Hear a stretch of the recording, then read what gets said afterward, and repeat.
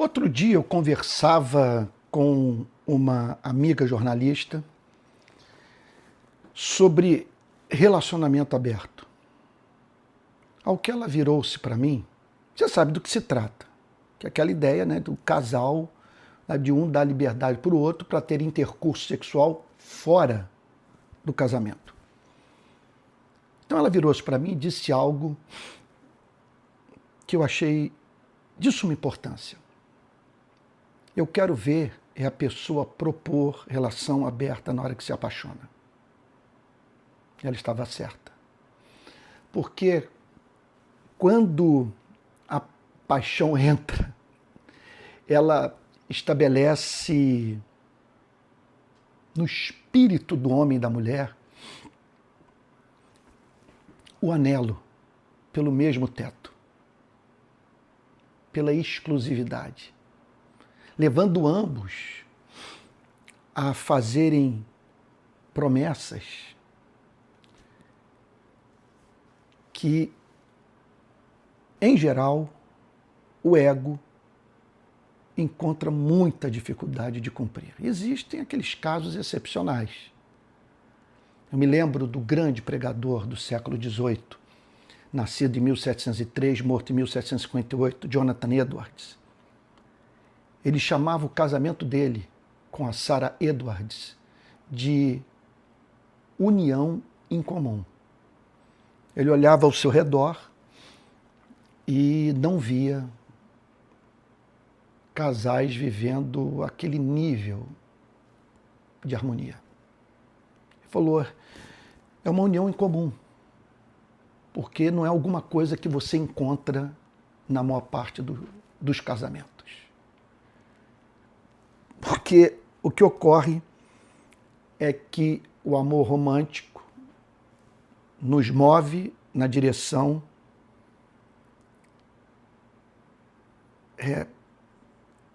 do cumprimento de certas promessas que nós não conseguimos cumprir. Então, é como se um chamasse o outro para a dança, e aí, no início, é plena harmonia. Passados alguns anos, um vai para a direita, o outro vai para a esquerda. Estabelece-se a desarmonia, o descompasso. Estou certo que nenhuma relação é sustentada pelo amor romântico. Há um momento que o casamento é sustentado por uma aliança. Então, aqueles elementos anteriores, tão marcadamente presentes no primeiro encontro, se foram, mas permanece o respeito, o amor. Quer dizer, o compromisso de nós não trivializarmos os sentimentos que despertamos no coração daquele que decidiu, em razão do que viu em nós, fazer uma aliança conosco. Há situações in extremis nas quais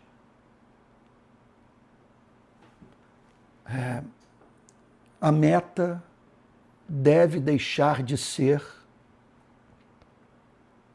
a preservação do casamento, e sim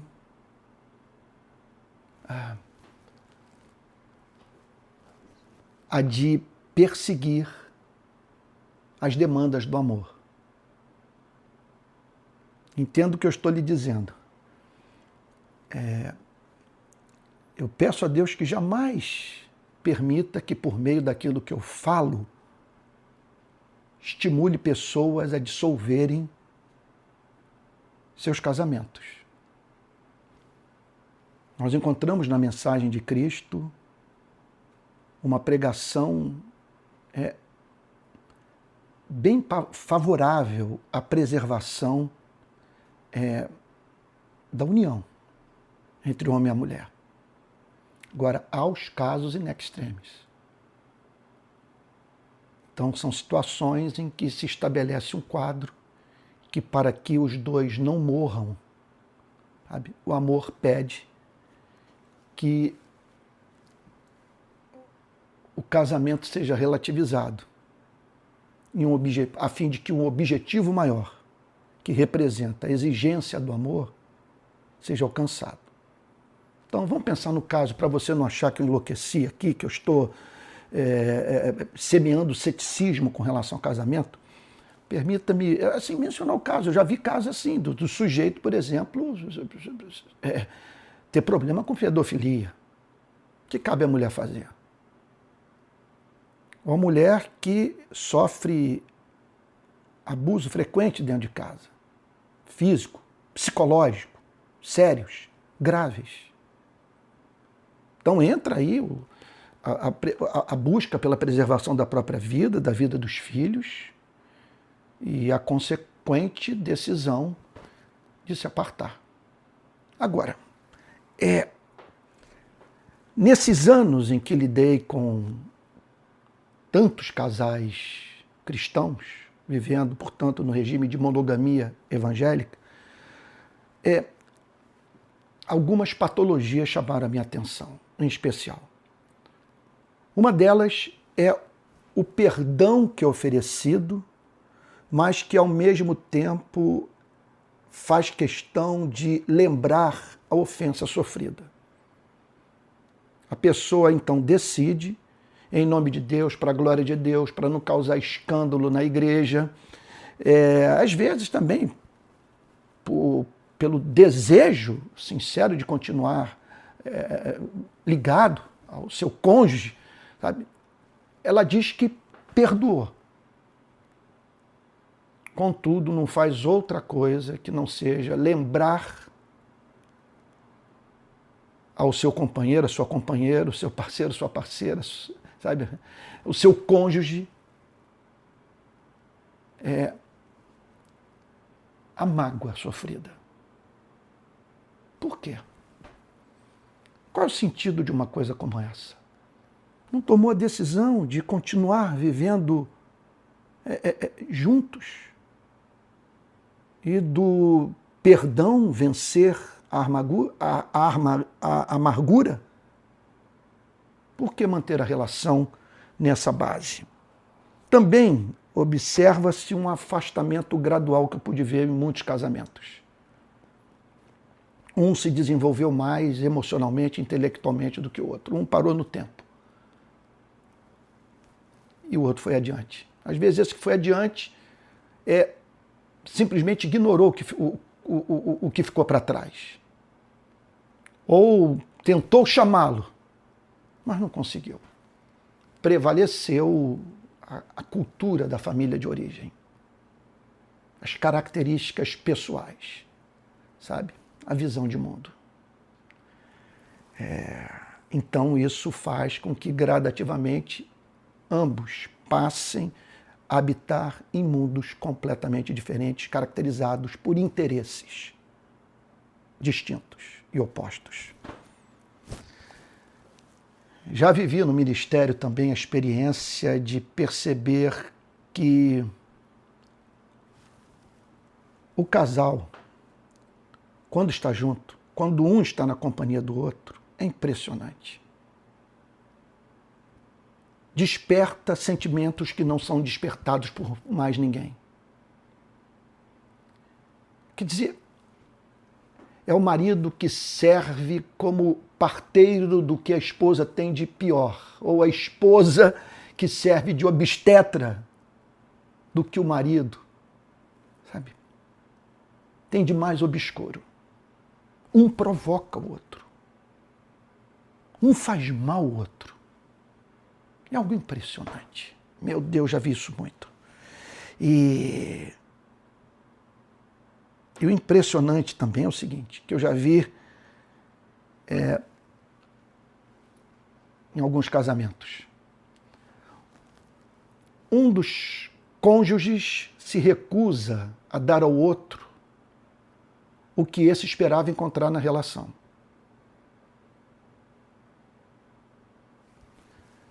Mas não permite que o que ele busca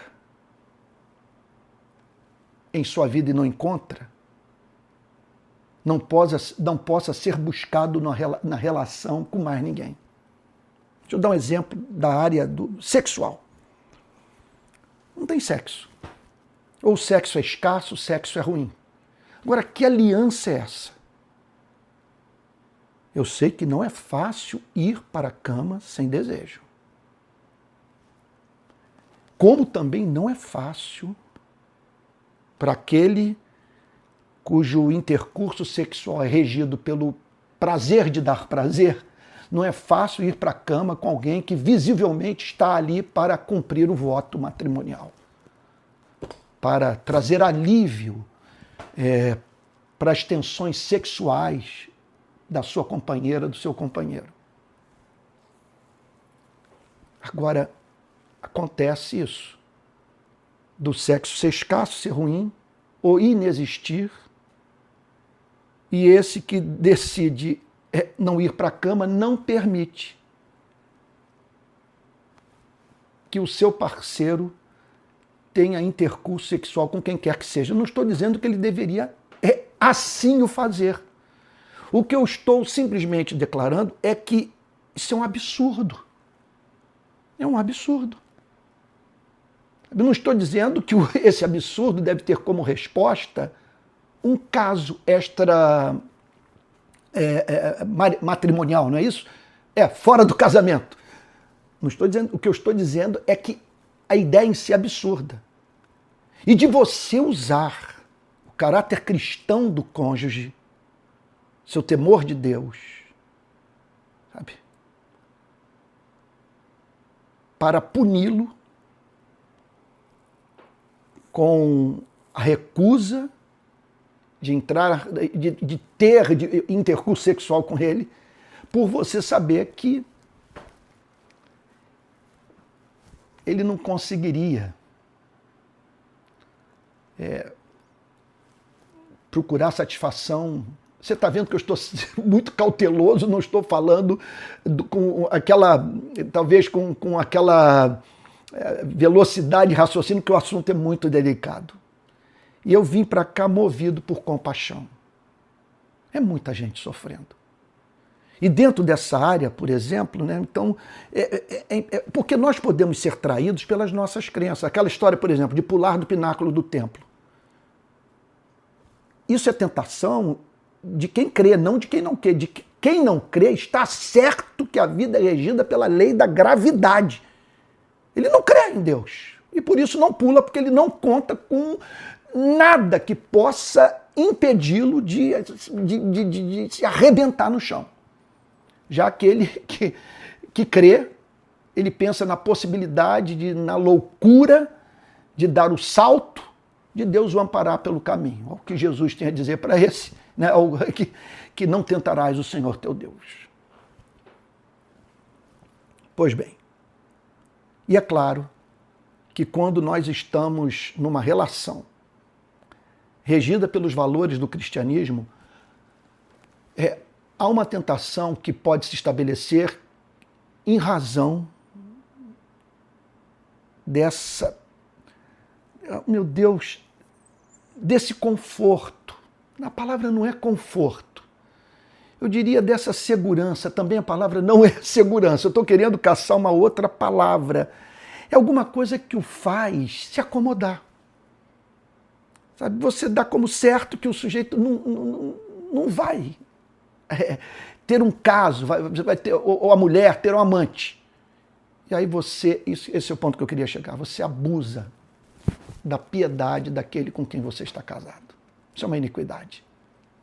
Olha, tem hoje gente na meia idade assistindo filme pornográfico, se masturbando, a fim de, para evitar sexo fora do casamento, a fim de dar conta da frustração sexual. Isso é um absurdo.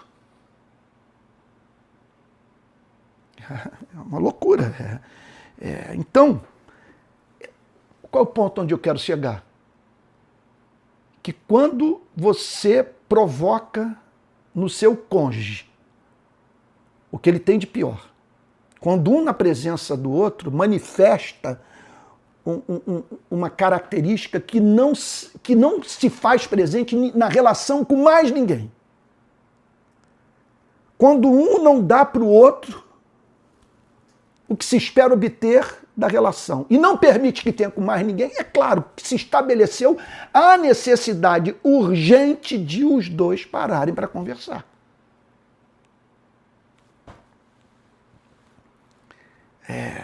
Porque não faz sentido um matar o outro. Qual é o sentido disso? Você consegue imaginar o Espírito de Cristo orientando um casal cristão a manter a relação, ainda que esse relacionamento leve ambos à loucura? E outro ponto, quando a relação é marcada por discussões frequentes, agressões, explosões de raiva, a probabilidade é grande do desenvolvimento de psicopatologias. E olha só, e o risco de infarto, aneurisma, e como consequência disso, sequelas físicas perenes.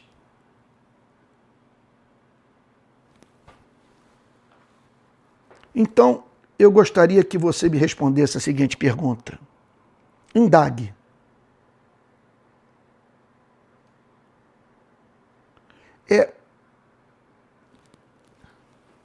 Eu acho que você poderia, ambos, pensar no seguinte, nas alternativas, um relacionamento aberto, sabe? Difícil, para o qual não há fundamento na ética das Sagradas Escrituras. Segundo lugar, a separação. Terceiro lugar, a preservação da relação. Então, as propostas são postas na mesa, vamos assim dizer. Se ambos decidem pela manutenção da relação, por que não fazer disso melhor? Esse é o ponto onde eu quero chegar. Não estou aqui fomentando separação.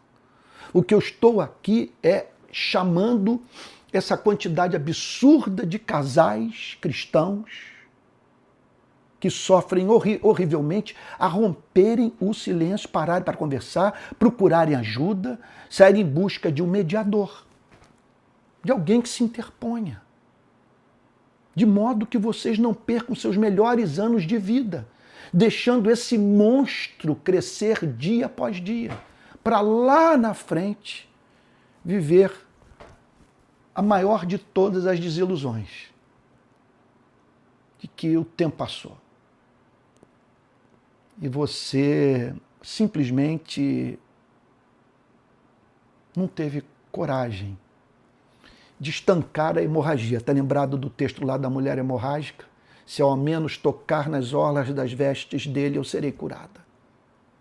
Ela quis a cura. E tem gente que faz pacto com a doença. E gente que usa os problemas do casamento para justificar os seus fracassos pessoais, se fazendo de vítima. Então, lembre-se que não há amor incondicional. Você precisa saber o que espera dessa relação. Amor incondicional só em Cristo. Portanto, não ponha, isso é uma crueldade, o peso das suas expectativas infinitas de amor sobre os ombros de um mortal, esperando daquele com quem você casou algo que você só pode obter em Cristo. E, consequentemente, deixando de ter no casamento que você poderia ter só porque aquilo que você tem não é perfeito. Que uma coisa é você administrar as frustrações com silêncio. Para lá na frente isso aí resultar em psicopatologia, em amargura, em frustração. Agora, outra coisa é você seguir um padrão romântico, inalcançável, e querer alguma coisa nessa vida que você jamais obterá.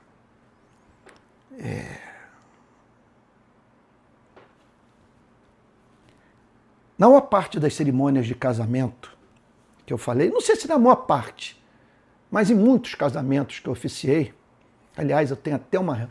Eu amo bar. Eu ouço bar, eu acho que todos os dias.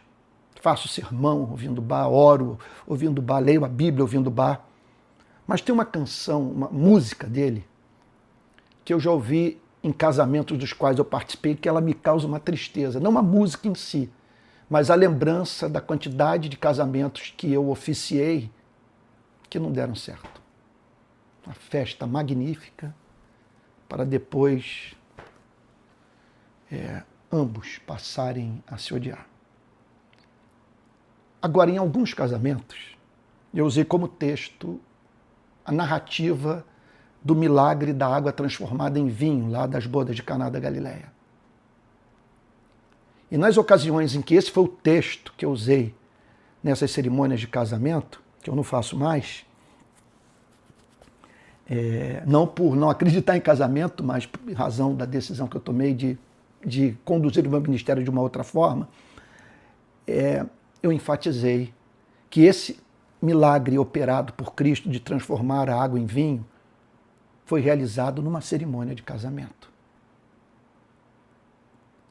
Que deixa para todos nós, portanto, testemunho de que a graça é poderosa para transformar água em vinho. E o que eu proponho é o caminho do diálogo sóbrio e honesto. E acho também que há espaço para você dizer o seguinte: olha, eu não posso me submeter a esse tratamento. Quero me manter casado ou casada com você, mas nós temos que repactuar essa relação.